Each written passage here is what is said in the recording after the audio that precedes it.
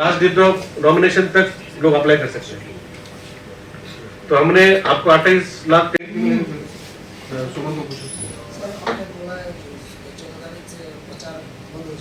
14584 28,14,584 voters. तो इस करीब 64,000 लोगों ने ऑलरेडी वोट किया है, जो हमारे पोस्टल बैलेट के लाभार्थी है। उन्होंने 14,005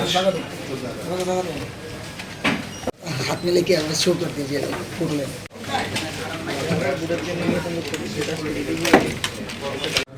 सबको नमस्कार। अभी हम चुनाव के लास्ट पड़ाव में हैं, तो कुछ बातें मैं आपके सामने रखूंगा आपके माध्यम से, जो त्रिपुरा के सभी मतदाता है और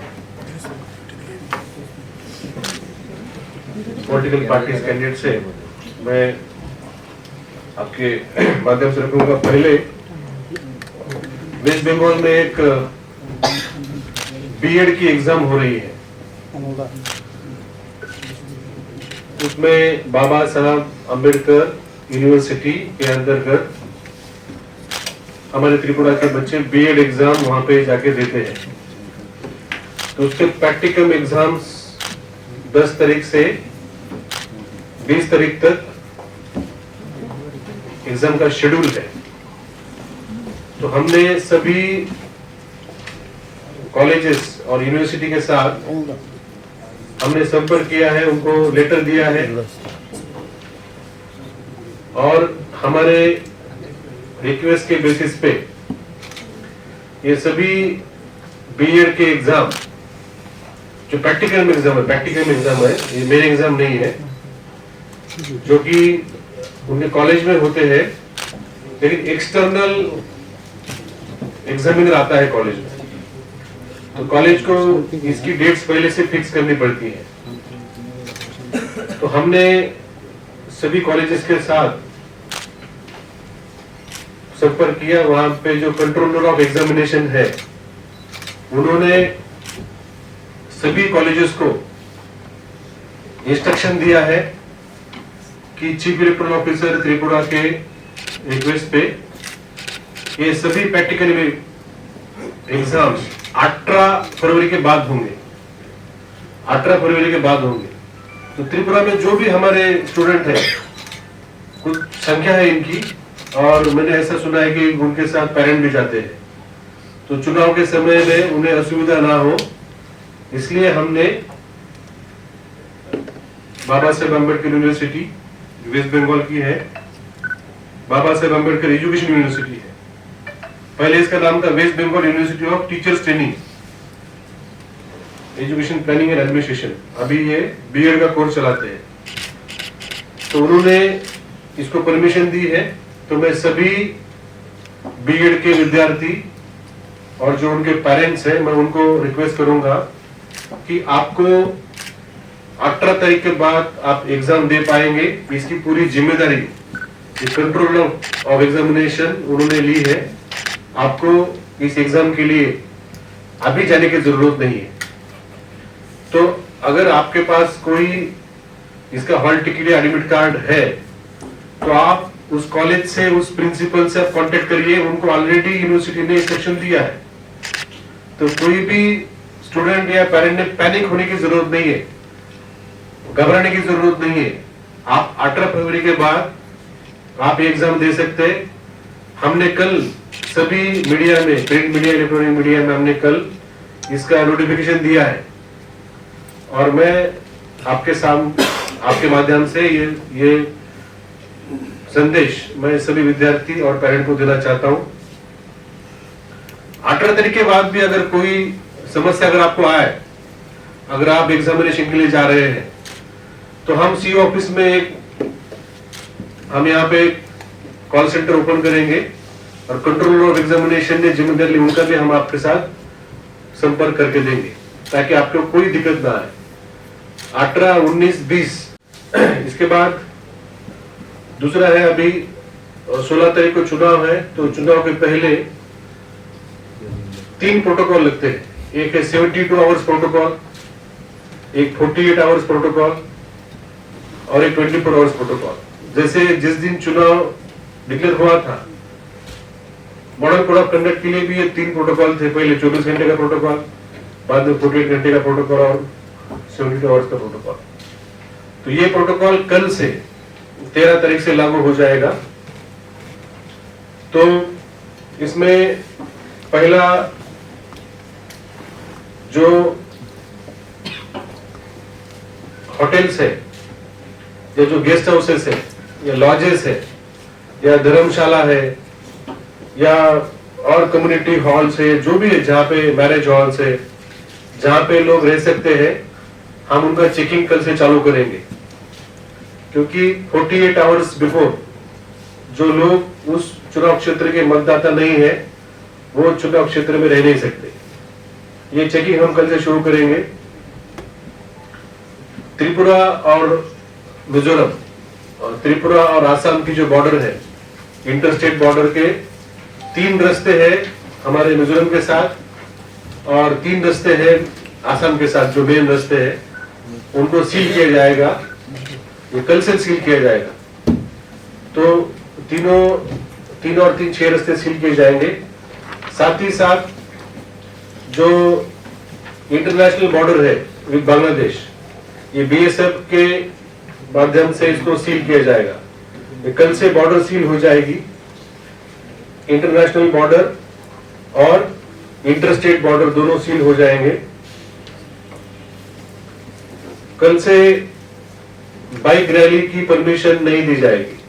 तो बाइक रैली, चुनाव से पहले 72 आवर्स में बाइक रैली की परमिशन नहीं होती है। तो बाइक रैली की कोई भी परमिशन कल के बाद नहीं दी जाएगी।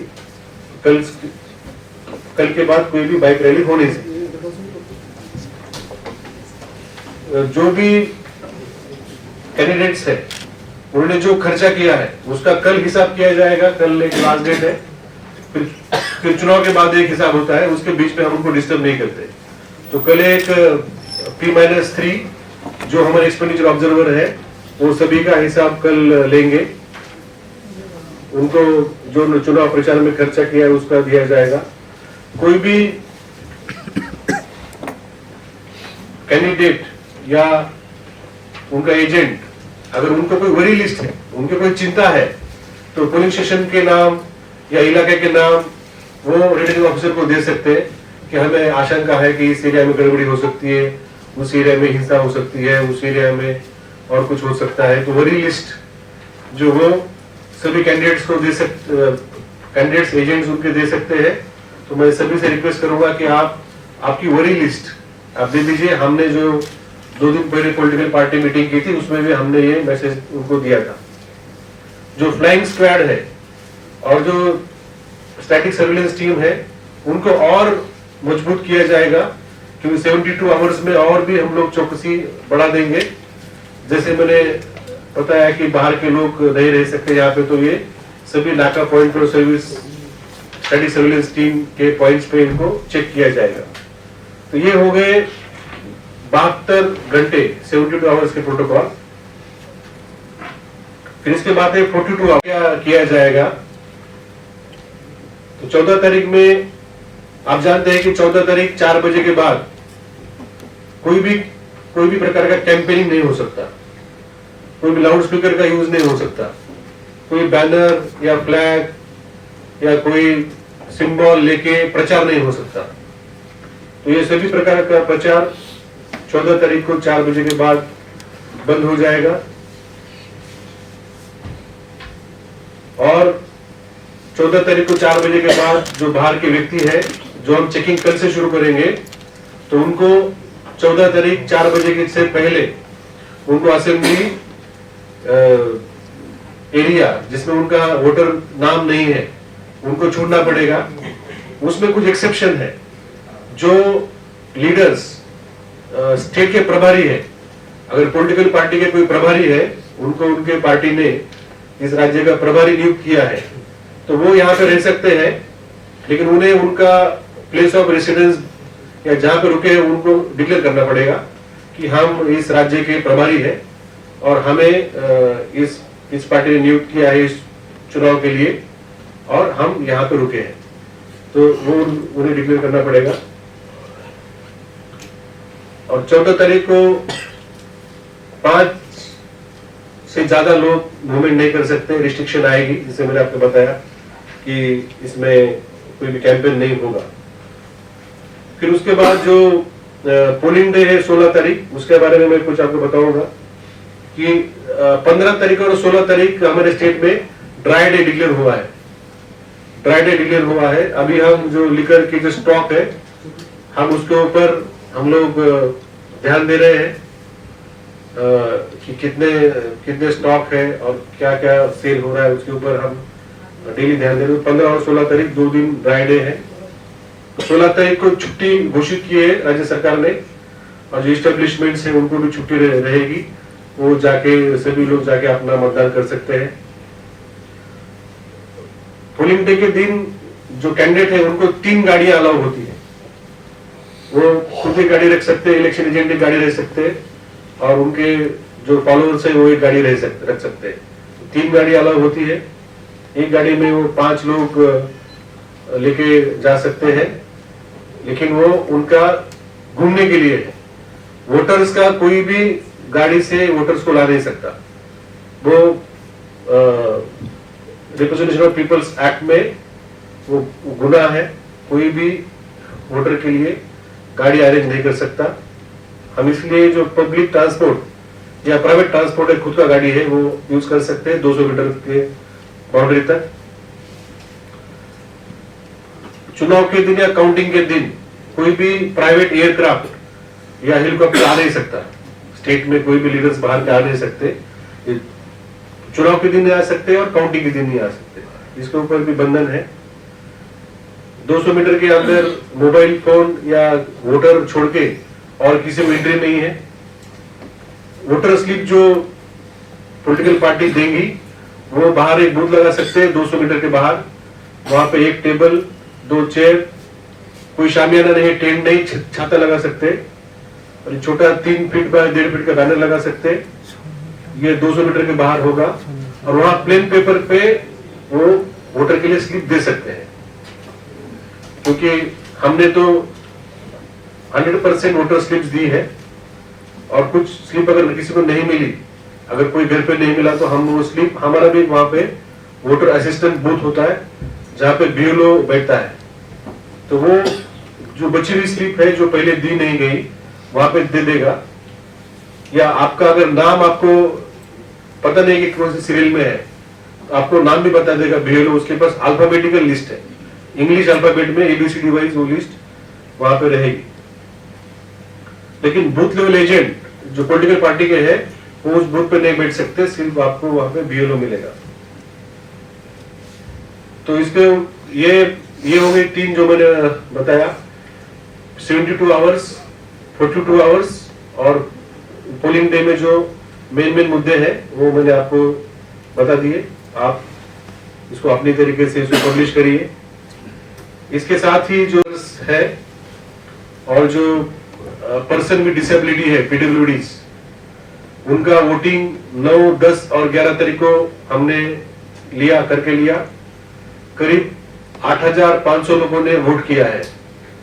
तो ये लोग पहले मतलब वयस ज्यादा होने के कारण या दिव्यांग होने के कारण कभी भी पोलिंग स्टेशन तक पहुंच नहीं सकते थे, कभी भी इन्होंने वोटिंग नहीं किया। ज्यादातर लोगों का हमने इंटरव्यू लिया, तो ये पहली बार हमारे राज्य में देखा गया इतनी बड़ी मात्रा में 8,500 लोगों ने, जो कि उनके मतदाधिकार से वंचित रहते थे, तो इलेक्शन कमीशन ने जो सुविधा दी है, उस सुविधा के कारण उन्होंने वोट कर पाए, तो उनका वोटिंग प्रोसेस कंप्लीट हो गया है।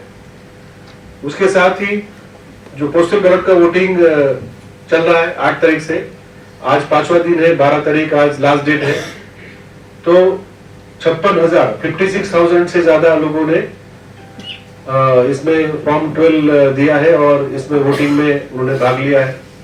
56,000 से ज्यादा अभी भी वोटिंग चल रहा है। आज शाम तक फिगर हमें पता चलेगी। इसमें सबसे ज्यादा है, करीब 31,000 के आसपास है पोलिंग स्टाफ, और पुलिस है 19,000, और करीब 5,000 है ड्राइवर, और ड्राइवर के साथ जो होता है क्लीनर होता है वो। इसेंशियल सर्विसेज जो हेल्थ है, पावर डिपार्टमेंट है, या ड्रिंकिंग वाटर है, या एएमसी का कोई स्टाफ है, टेलीकॉम कंपनी के कुछ लोग हैं, ये 630 लोगों ने मतदान किया है। हमने उनको भी फॉर्म 12 दिया था। तो कुल मिला के करीब 65,000 पोस्टल बैलेट का व्यवहार हुआ है पिछले 4-5 दिन से। उन्होंने मतदान की प्रक्रिया पूर्ण की है। अभी हमने आपको एक लिफलेट दिया है, इसमें हमने सभी वोटर्स को अपील किया है, तो आपको ये मिल जाएगा। इसका सॉफ्ट कॉपी भी हम लोग आपको ग्रुप में दे देंगे। ये 2 पेज का है। इसमें हमने सभी त्रिपुरा के जो वोटर्स हैं उनको हमने अपील किया है कि आप 16 तारीख सुबह 7 बजे से लेकर 4 बजे तक आप बड़ी संख्या में आप सामने आके वोट करिए, निश्चिंत होकर वोट करिए, निर्भय होकर वोट करिए। और आपको कोई दिक्कत आती है तो हमने असेंबली कॉन्स्टिट्यूएंसी वाइज हमने लैंडलाइन नंबर और व्हाट्सएप नंबर दिए हैं। आप इस पे, आपको कोई भी समस्या है तो आप इसमें कांटेक्ट कर सकते हैं। हमारा सिविल एडमिनिस्ट्रेशन और पुलिस एडमिनिस्ट्रेशन इस हेल्पलाइन पे एक असिस्टेंट रिटर्निंग ऑफिसर बैठेगा जो इसको सुपरवाइज करेगा, और उसके मार्गदर्शन में जो हमारे सिविल और पुलिस एडमिनिस्ट्रेशन है ये रिस्पॉन्ड करेगा। कोई राज्य में एक जगह से ये सब काम नहीं हो सकता, क्योंकि 28 लाख के ऊपर मतदाता है, तो अलग अलग जगह में अलग अलग समस्या आ सकती है। तो इसको लोकल लेवल पे मैनेजमेंट करने के लिए हमने ये व्यवस्था की है। तो इसको हमने डिसेंट्रलाइज किया है, और ये डीएम, एसपी उनके निगरानी में ये सभी जो हमारे कॉल सेंटर है ये काम करेंगे। तो मैं आपके माध्यम से सभी को रिक्वेस्ट करूंगा कि आप निर्भय होके, निश्चिंत होके आप वोट करने के लिए सामने आइए। और आपके कोई भी इश्यू होता है, कोई भी अगर समस्या है, तो ये हमारे लैंडलाइन नंबर और मोबाइल व्हाट्सएप नंबर है, आप इसके ऊपर संपर्क करिए।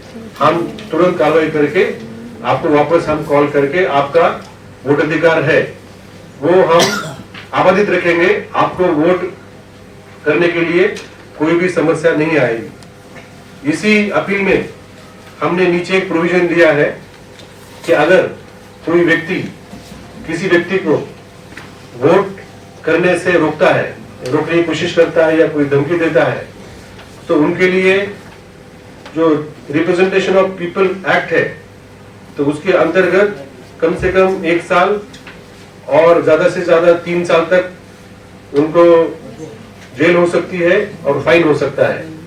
यह गवर्नमेंट एम्प्लॉय है तो इनको कम से कम 3 साल तक सजा हो सकती है। ये प्रावधान सभी पहले भी इलेक्शन, बाई इलेक्शन में भी हमने लागू किए थे, और बाई इलेक्शन में भी हमने देखा ये हमने प्रावधान लागू किया था, इसके ऊपर अनेक लोगों के ऊपर कार्रवाई हुई है।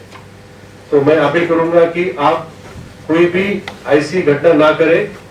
बाई इलेक्शन में भी कोई ऐसी घटना कर नहीं पाया, अभी भी कर नहीं पाएगा। तो एक हमने अपील जारी किया है, उसके साथ साथ हमने हमारे कॉल सेंटर के नंबर हमने दिए हैं। और तीसरा कि अगर कोई ऐसी घटना करना चाहेगा तो उसके लिए हमारे कानून में क्या प्रोविजन है वो भी हमने जनरल पब्लिक के लिए हमने इशू की है। तो ये थे हमारे मुद्दे। इसके मुझे लगा कि आपको ये सब मुद्दे आपके सामने और आपके माध्यम से हम सभी को बताएं। टोटल वोटर की संख्या है 28,14,000 और ब्रू वोटर की संख्या है 14,005। 12 हमारे कैंप है, 12 कैंप में 14,005 ब्रू वोटर है।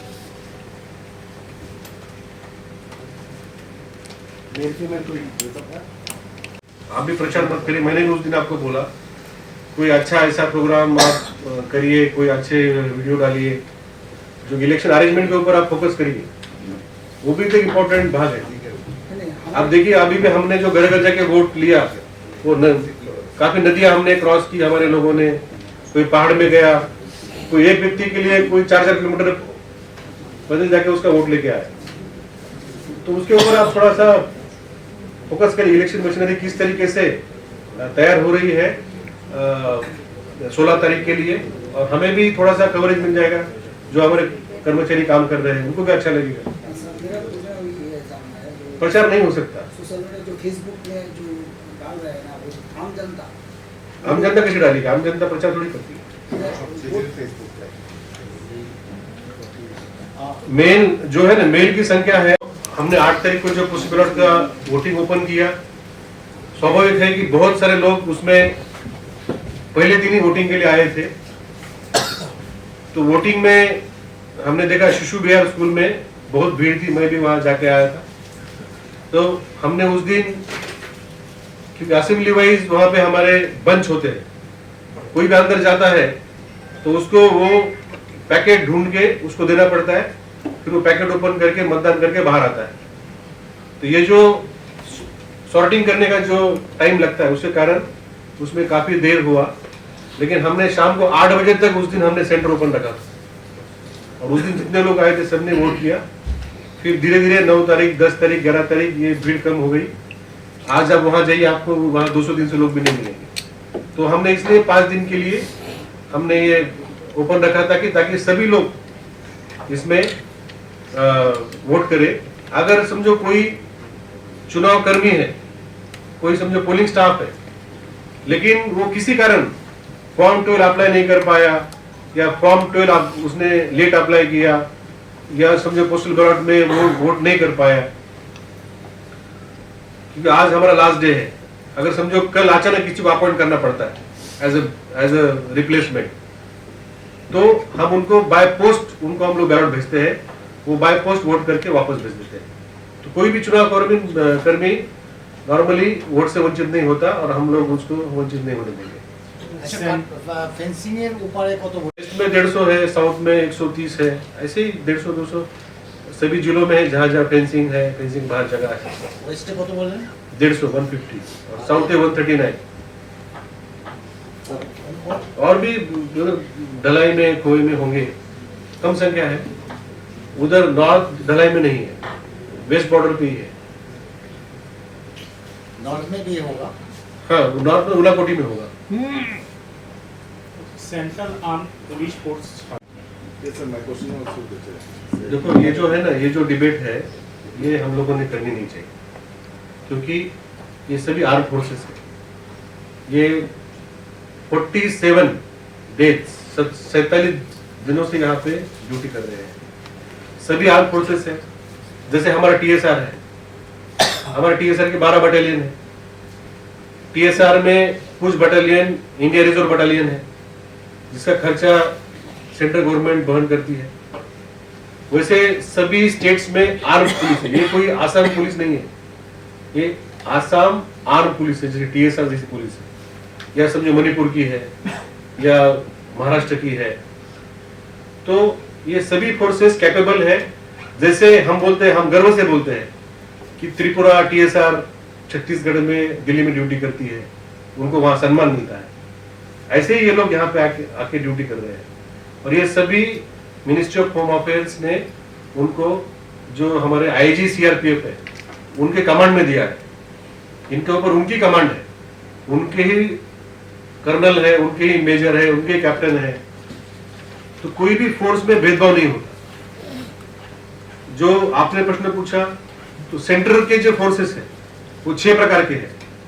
जैसे CRPF है, बॉर्डर सिक्योरिटी फोर्स है, SSB है, ITBP है, CISF है, और एक रेलवे प्रोटेक्शन फोर्स है। ये 6 प्रकार की सेंटर की फोर्स है। ये भी अलग अलग उद्देश्य के लिए इसको तैयार किया गया है। बॉर्डर सिक्योरिटी फोर्स का उद्देश्य अलग है, रेलवे प्रोटेक्शन फोर्स का उद्देश्य अलग है, या सेंट्रल इंडस्ट्रियल सिक्योरिटी फोर्स का उद्देश्य अलग है। तो ये सभी फोर्स का उद्देश्य अलग होते हुए भी कोई भी चुनाव में जब कोई फोर्स MHA भेजता है, तो कौन से राज्य में अभी चुनाव होने वाला है और इस समय कौन सी फोर्स आसपास है, वो देख के उनको भेजता है। जैसे हमारे TSR है, ये 400 कंपनी में हमारे TSR की 5 कंपनियां हैं। और जो आपने प्रश्न पूछा, 17 स्टेट की फोर्स है। कितने? 17 स्टेट की फोर्सेस है। उसमें त्रिपुरा की भी 5 कंपनियां हैं। क्या हम बोल सकते हैं कि त्रिपुरा की जो TSR है वो किसी से कम है? तो ऐसा हमने फोर्सेस के ऊपर, हमने आज जबकि चुनाव 4 दिन आगे है, हमने उनका मॉडल कम नहीं करना चाहिए। हम इनको लगा उनको मतलब ऐसा नहीं बोलना चाहिए। फिर भी जो स्टैंडर्ड प्रोटोकॉल है उसके मुताबिक सिर्फ ये जो 6 सेंट्रल पैरामिलिट्री फोर्स है जो मैंने नाम लिया, उनको ही पोलिंग स्टेशन के ऊपर रखा जाता है। और जो स्टेट फोर्सेस है जैसे हमारे TSR है और बाकी 17 राज्य की फोर्स है, तो उनको हम लोग एरिया डोमिनेशन में बाकी फ्लैग मार्च में लगाते हैं। उनके साथ हमारे यहाँ के बाकी जो TSR है और स्टेट पुलिस भी रहती है। तो फोर्सेस में भेदभाव हमारे देश में कभी नहीं हुआ और कभी नहीं करना चाहिए। और उनका मॉरल इस समय डाउन नहीं करना चाहिए कि जब वो 47 दिनों से हमारे यहाँ पे सिंसियरली ड्यूटी कर रहे हैं, उनके ही चलते 32 करोड़ से ज्यादा हमने सीजर किया। उनके ही चलते इतने दिनों तक हमने इतनी सारी घटनाएं प्रिवेंट की, इतने सारे हमने शांतता उन्होंने रखी है। तो जो भी स्टेक होल्डर फोर्सेस के बारे में ये प्रश्न उठा रहे हैं वो अनफॉर्चुनेट है। ये ऐसा नहीं करना चाहिए। विभिन्न पार्टीগুলি দাবি করছে, तो ऐसा नहीं करना चाहिए। मैंने उनको बताया ऐसा नहीं करना चाहिए। सर 2 दिन पहले एक इंडिपेंडेंट कैंडिडेट है, कुछ झमेला हुआ, एक्यूज्ड कॉर्पोरेट है अभिषेक दत्ता, उनके अगेंस्ट में केस भी हुआ था। उनके अगेंस्ट में किस सेक्शन में केस लिया गया और बेल किस पुलिस से जानकारी लेकर हम बोले, हमें ये पता है कि उनको अरेस्ट हुआ था, तो मैं देखता हूँ कौन सा सेक्शन में। क्योंकि उनके अगेंस्ट में आर्म्स दिखा के धमकी देने के एलिगेशन है, वो तो सीरियस केस है, क्योंकि उनको बेल मिल गया। मैं चेक करता हूँ। স্যার কিছু আগের মধ্যে প্রার্থীদের উপর হামলা হচ্ছে, যেমন বিশালগড়ে হলো, সোনামুড়ায় হলো, গোলাঘাটিতে হলো, রিপিটেডলি হচ্ছে। কমিশন চেষ্টা করছে জিরো ভায়োলেন্স ভোটের জন্য, কিন্তু যারা ভোটাররা আছে ওরা কমিশনকে চ্যালেঞ্জ করছে, কি ব্যবস্থা নেওয়া হবে? मैं आपके माध्यम से सभी जो कैंडिडेट्स है और इलेक्शन एजेंट को मैं रिक्वेस्ट करूंगा कि हमने आपको PSO दिए हैं, आप बिना PSO को से मत चलिए। दूसरा, हमने आपके सेफ्टी के लिए रिक्वेस्ट किया है कि जब भी आप बाहर जाएंगे तो हमारे जो OC है उनको प्रोग्राम देके जाइए। हम आपको शाडो करेंगे। बहुत सारे कैंडिडेट्स को हम लोग बफर कर रहे हैं, उनको पेरिफेरल सिक्योरिटी दे रहे हैं। हम सभी को एस्कॉर्ट तो नहीं दे सकते, लेकिन हम उनको एरिया जो जिस एरिया में जा रहे हैं वहां पे सिक्योरिटी दे रहे हैं। जो चारेलाम के जो कैंडिडेट्स थे जो कल एक एरिया में गए थे जहां पे वो अपने प्राइवेट फंक्शन में गए थे, अपने भतीजे घर गए थे, लेकिन हमें बिना बताए गए और किसी ने दूर से पत्थर मारा जो उनके कार की ग्लास टूट गई और जो उनके आर्म पे उनको जख्म हुआ है। तो हमने उसके ऊपर कार्रवाई की है, लेकिन मेरा सबसे अनुरोध है कि आपका जो प्रोग्राम है, कैंपेन हो या कोई आपका दौरा हो, वो हमें बताइए, हम आपको और अच्छी तरीके से सिक्योरिटी दे पाएंगे। ये अभी चुनाव में जबकि बहुत ही क्लोज कैंपेन चल रहा है, इंटेंसिव कैंपेन चल रहा है, इसमें ये जरूरी है और ये हम कर रहे हैं। तो जो भी घटनाएं हुई है, 2-3 घटनाएं पिछले 7 दिनों में हमारे कैंडिडेट लेके, तब हमें कोई प्रोग्राम नहीं दिया गया और इसलिए हम उनको शाडो नहीं कर पाए। सर इस घटना से पता चलता है कि moral of the goods is in the high, तो उसको क्रैक करने के लिए क्या कार्रवाई करेंगे? जो भी कार्रवाई करनी चाहिए हम लोग पूरी कार्रवाई कर रहे हैं। कुछ सावधानी भी उनको बरतनी पड़ेगी, कैंडिडेट्स को भी सावधान रहना पड़ेगा। PSO इसलिए हमने उनको दिया है।